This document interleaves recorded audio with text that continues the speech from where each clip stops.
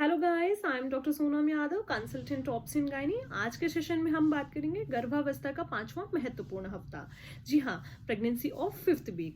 तो आइए आज हम इस वीडियो में जानेंगे कि पेशेंट्स में और पेशेंट्स के होने वाले बच्चे में क्या क्या चेंजेस देखने को मिलते हैं इस हफ्ते में।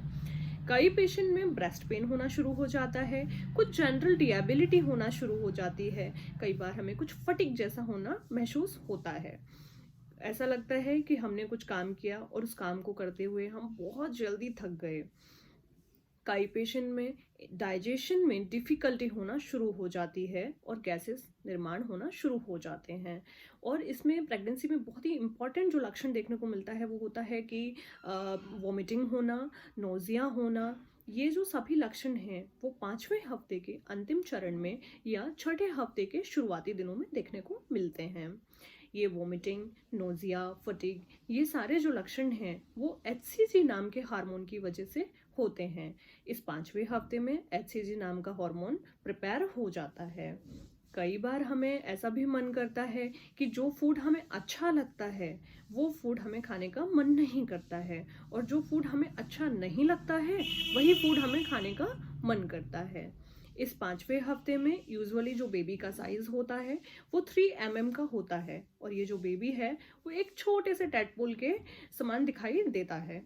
और इस 5वें हफ्ते में बेबी की हार्ट बीट सुनाई देना शुरू हो जाती है। इस 5वें हफ्ते में बेबी का स्केलेटन, जो बेबी का बोनी स्ट्रक्चर होता है, वो तैयार होना शुरू हो जाता है। बेबी के ईयर्स बन जाते हैं, बेबी के आईज बन जाते हैं।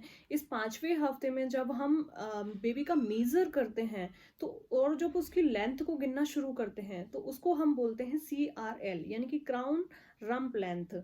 अब ये क्राउन रम्प लेंथ जो है, ये सोनोग्राफी जब कराते हैं हम तो उसमें हमें देखने को मिलती है। कई बार ये क्वेश्चन पुटअप होता है कि ये CRL है क्या, इस CRL का मतलब क्या है। तो CRL की जो फुल फॉर्म है वो मैंने अभी आपको बताया कि उसको बोलते हैं हम क्राउन रम्प लेंथ, यानी कि बेबी का जो हेड होता है वो क्राउन में होता है, और उस क्राउन में जो रियर एंड से बॉटम तक की जो लेंथ होती है वो हम CRL में मेजर करते हैं, और उसी को हम बोलते हैं CRL, और ये जनरली हमें सोनोग्राफी में ही देखने को मिलता है। तो जो ये CRL है वो हम 20th वीक तक ही लेते हैं।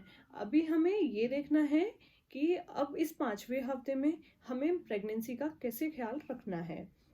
तो इस 5वें हफ्ते तक अगर आपने अपने डॉक्टर से अपॉइंटमेंट नहीं ली है अभी तक, तो इस 5वें हफ्ते में आपको अपने डॉक्टर से अपॉइंटमेंट ज़रूर लेनी है। डॉक्टर आपको सोनोग्राफी की सलाह देंगे। इस सोनोग्राफी से पता चलेगा कि बेबी एक है या दो हैं, और बेबी की जो लोकेशन है वो क्या है, बेबी यूट्रस में है या फिर बेबी का जो लोकेशन है वो कहीं और है, जैसे कि फैलोपियन ट्यूब में है।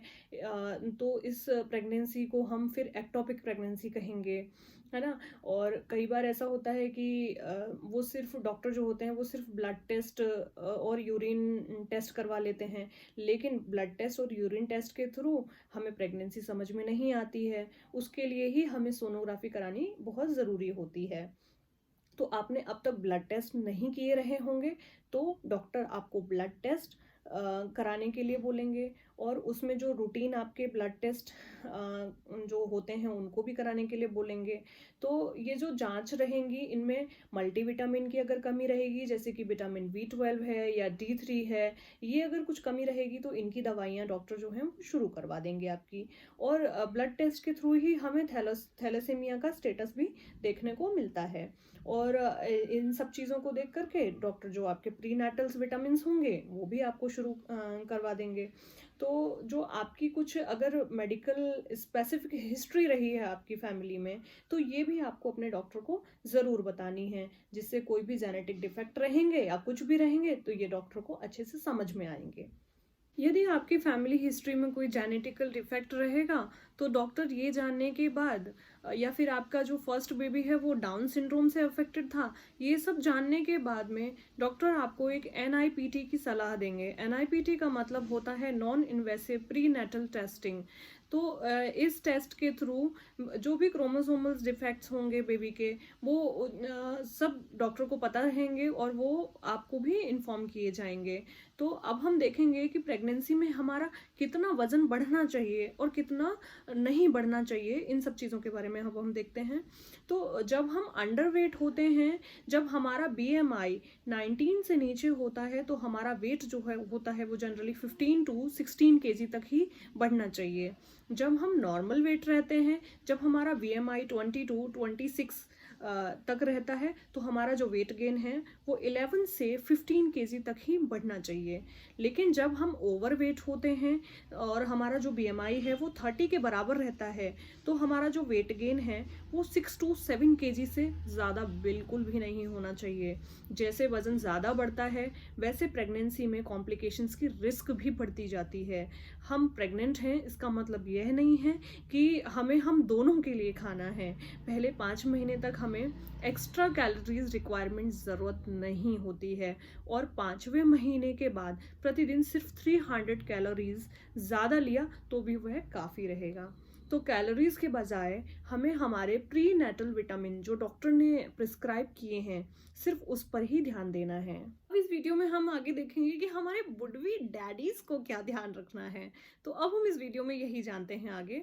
जो प्रेगनेंसी के हार्मोन्स की वजह से, एचसीजी हार्मोन या एस्ट्रोजन हार्मोन की वजह से हमारे वुडवी मॉम्स को जो तकलीफ़ें होना शुरू हो जाती हैं, तो उसमें ना फीमेल्स को चिड़चिड़ाहट भरी हो जाती हैं, कुछ इरिटेबिलिटी उनको होना शुरू हो जाती है। तो आपको उनका ध्यान रखना है, उनको इन सब चीज़ों से शांत रखना है। अगर आप दोनों वर्किंग रहेंगे तो आपको उनके कुछ काम में भी हाथ बटाना है। आप कभी कभी देर रात ऑफिस में या बाहर पार्टीज़ में रहते हैं, तो कोशिश करना है घर जल्दी आने का, और उनकी तबीयत के बारे में पूछना है, उनको पैम्पर करना है, और उनको दवा टाइम से खिलाना है अपने सामने। कई बार ऐसा होता है कि पेशेंट्स जो होती हैं वो मेडिसिन नहीं लेती हैं, उनको जनरली ध्यान ही नहीं देती हैं या फिर फेंक देती हैं, नहीं खाती हैं, तो मेडिसिन भी आपको उनको अपने सामने खिलाना है।